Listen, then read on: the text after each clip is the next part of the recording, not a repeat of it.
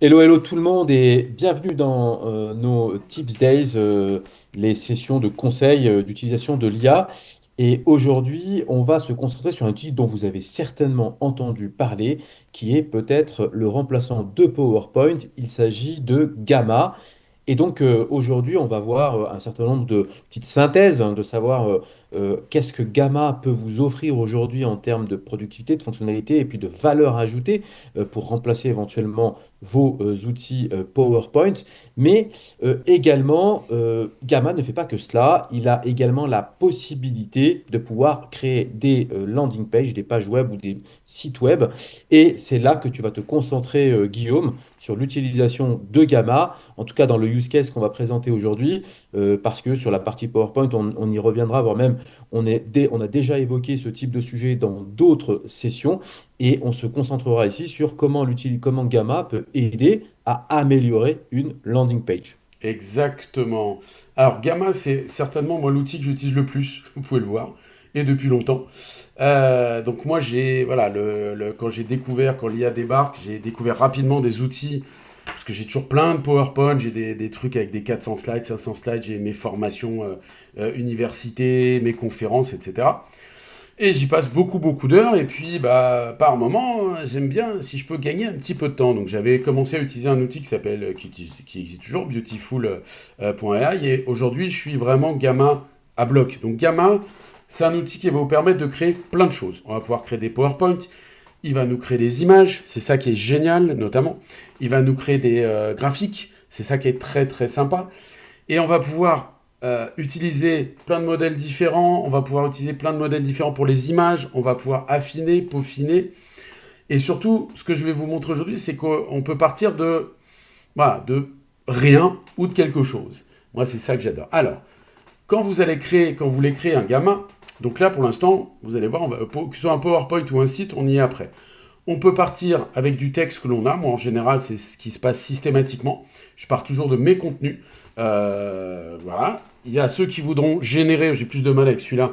C'est-à-dire, je clique sur générer, je vais lui dire crée-moi une conférence sur l'intelligence artificielle et il va me créer une conférence complète. Moi, je suis pas fan. Hein, chacun fait ce qu'il veut. C'est pas mon truc. Voilà. Donc, moi, je bosse sur copier le texte ou je peux partir d'importer un fichier ou une URL. Donc là, je vais vous montrer un truc simple. On va partir, donc c'est leur version bêta, directement ici. Je vais lui mettre une des pages de mon site, donc c'est la page formation, hein, pour vous montrer, voilà, elle est en cours, elle est là, elle n'est pas encore développée, blablabla. Bla, bla, bla. Hop, pardon, là, voilà. Donc, je pars d'une importation à partir d'une URL, je lui fais importer. Donc là, il va récupérer normalement l'ensemble du contenu. Ici, j'ai donc trois possibilités.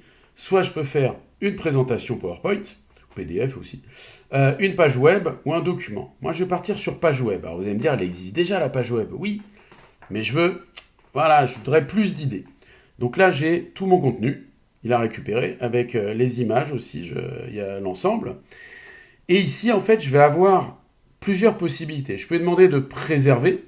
Donc là, ça n'a aucun intérêt, puisque préserver, il va me reprendre ma page web et me reproposer ma page web. Donc, aucun intérêt. Condenser, il va vouloir me synthétiser ma page web. Ou générer, ça veut dire qu'il va me développer mon contenu. Et donc, comme là, c'est pour se faire un petit tips, on va être pervers, je peux lui demander de générer de façon bref, moyen, détaillé. Allez, détaillé. Il a repéré mon contenu, donc il a déjà écrire pour ma cible, mais je peux compléter ma cible. Le ton, je vais rester informatif, convaincant, accessible, ok. Il va me créer des images, donc là, ce qui est génial, alors, je pense que moi j'ai la version payante, donc je ne sais plus trop en version gratuite ce qu'on a. On peut lui mettre pour les styles d'images un prompt, mais surtout on peut choisir plein de moteurs d'images, dont, voilà, vous avez du Leonardo, idéogramme quand vous voulez des images avec du texte, c'est extraordinaire. Vous avez Flux qui est vraiment pas mal. Leur Playground qui est top aussi. Donc on va se mettre, allez, je vais mettre Playground Oui, par des... ouais. Tu veux Flux? Ouais, mais toi, tu te mets sur flux. Alors bouge pas, je te flux. Ouais. Image, hop, le modèle. On va se faire un flux fast, voilà. Pour info ici, format, là je fais une page web, donc c'est pas grave. Quand vous faites une présentation, attention au format. Si vous voulez faire un PowerPoint, il faut lui signifier, parce que sinon il va vous balader partout. Là, il me dit, alors il appelle ça des cartes, c'est le découpage qu'il va avoir. Là, je vais le laisser en format libre, mais je peux lui demander de me découper en cartes pour vérifier step by step si ça va. Là, on va rester en format libre. On va lui faire continuer. Là, il me propose un thème. Donc là, vous avez tous les thèmes possibles. On va s'amuser à prendre ce thème qui est classique, plutôt noir et blanc. Donc on devrait plutôt avoir des images. Les images sont en lien avec le thème. Les couleurs des images vont être en lien avec le thème systématiquement. Et donc là, il part dans sa génération de mon futur peut-être site, ma future page. Donc il me reprend mon contenu. Et là, il va récupérer mon contenu, restructurer mon contenu, développer mon contenu par moment, et donc me faire d'autres propositions, en sachant que chacune de ces propositions, derrière, je vais pouvoir retravailler bloc par bloc. Moi, ce que j'aime beaucoup souvent, c'est la mise en forme. C'est-à-dire qu'il me sort des mises en forme auxquelles j'aurais pas pensé du tout. Je pars de mon contenu, là, je lui ai demandé de développer. Il me propose des graphiques que j'ai pas nécessairement. Voilà, on va avoir beaucoup, beaucoup de choses. Dans mon prompt, j'aurais pu lui demander de l'optimiser SEO, hein, par exemple. Donc, vous voyez, là, je remonte pour vous montrer ce qui est déjà créé. J'ai une bannière qui est sympathique. Voilà, j'ai une image. Alors, c'est un peu bête parce que pour IA, avec un truc tout vide, mais bon, c'est pas grave, je peux la modifier. Voilà, je peux ajouter des parties où je veux. Donc là, ça ressemble à un PowerPoint, comme vous le voyez. On va se dire que c'est bien, qu'on est content. Et bien derrière, on peut faire publier. Donc là, il va me publier directement une page web. Donc ça pourrait être une landing page. Si on, voilà, voir le site, voilà. Ça me donne cette jolie page. C'est en one shot, on a même pas fait retourner derrière. J'ai rien retouché, j'ai pas bidouillé les images. Mais ce qu'on peut faire, et ça c'est top, c'est qu'on peut publier dans un domaine ou ajouter un domaine personnalisé. Et dans les domaines personnalisés, on peut sans problème, soit, alors ils nous vendent un domaine, hein, on peut, mais on peut aussi caler notre domaine. Alors comme je le connais toujours pas par cœur, hein, parce que c'est un domaine provisoire, hop, voilà, je lui mets mon domaine. Alors ajouter un domaine, ok, si on lui met le HTTPS, ça va pas le faire, c'est normal, voilà, ajouter un domaine. Et là, je peux le configurer.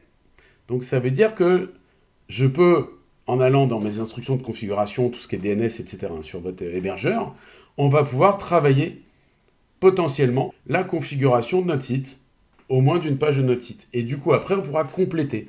Et on peut retravailler et compléter le site, hein. Il y a plein de paramétrages, on peut faire pas mal de choses. Pardon, ajouter le favicon, hein. Pour rappel, le favicon, c'est le petit picto, là. Votre petit logo que vous avez dans les navigateurs. On peut changer la barre de navigation, on peut même installer Google Tag Manager. Alors, on peut faire plein de trucs. C'est une version bêta, hein. Je dis pas que c'est transcendantal pour le moment, mais Oui, mais à ouais, minima. ouais, En pour fait, faire ce qui vous landing permet de page, faire, c'est c'est que marrant. Ouais, c'est très bah, sympa. en fait, c'est On peut compléter les en- boutons, on peut faire plein de choses, quoi. ouais, ouais, Donc en fait, voilà. ce que je trouve bien en fait et assez intéressant dans cette version, c'est que il y a un sujet qui est pas mal, c'est que voilà, quelque part, tu peux générer une présentation. À partir de ta présentation, tu peux aller en générer une landing page que tu veux envoyer directement de manière très succincte parce que tu vas vouloir faire effectivement bah, un teasing sur un sujet. Et effectivement, tu pourrais l'améliorer parce que là, tu as beaucoup de cartes, mais tu Bah, pourrais là, puis là, imaginer là, sur vous une avez landing tous page. les. On peut faire un milliard de trucs, hein. Là, on est en Voilà. mode tips, pas en mode formation. C'est dans la formation que vous pouvez trouver le reste. Mais je veux dire, là, voilà, je peux lui changer plein de trucs. Je peux lui mettre une chrono, ça prend 3 secondes. Et ça, c'est juste. Bon, là, j'ai mis des stats, mais j'ai pas de stats dedans. Bon, voilà, on peut faire des variantes. Là, on peut faire ajouter Absolument. des images. Mais quand bien même tu n'utiliserais pas cette landing page, ce qui est très intéressant, c'est que, et tu l'as dit pendant ta présentation, c'est que, en fait, ce que ça permet de faire, et c'est là où c'est assez puissant, c'est que ça te permet de concevoir ta landing page et d'en faire limite un template, un modèle hein, que tu vas pouvoir partager pour pouvoir peut-être avoir quelque chose de beaucoup plus design, beaucoup plus finalisé. Et ça te permet de te projeter sur finalement le contenu de ce que tu souhaiterais avoir dans ta landing page, et ça en quelques clics Et et plus simple que modifiable. plus simple que sur un WordPress, que même si WordPress, les Ah non, mais back-office sont c'est. améliorés, là, voilà. Et puis, alors, j'avoue que j'ai pas regardé, mais je pense qu'on doit pouvoir récupérer le code quelque part, le code source, et voilà, c'est sûr que c'est même incrémentable. Il y a des choses qui sont incrémentables dans un WordPress, quoi. J'ai pas regardé des petits détails là. Merci Guillaume. Donc Gamma pour les Royal. présentations et aussi pour les pages web. soit pour les utiliser, effectivement, là vous pouvez aller très loin aussi dans l'optimisation, ou pour les avoir en mode template, en brief, pour créer une page beaucoup plus peut-être aboutie, finalisée sur d'autres types de plateformes. Et comme tu l'as très bien dit, si vous souhaitez aller beaucoup plus loin, là, ça suppose de se former, d'aller regarder plus en détail parce qu'il y a beaucoup, beaucoup de fonctionnalités. C'est Gamma, vraiment, solution très puissante, très détaillée, très poussée, avec un potentiel assez impressionnant en remplacement ou en substitution ou en complément des outils existants. Bah, Merci Guillaume. juste petit truc, les outils existants en PowerPoint, on doit le remplir même si on commence à faire de l'IA. Là, ça permet, voilà, c'est de l'idéation, c'est du brainstorm. Moi, je l'utilise comme ça. Donc voilà le petit truc. Merci Anis. À Guillaume, plus. merci à toi. À très vite. À plus. Ciao.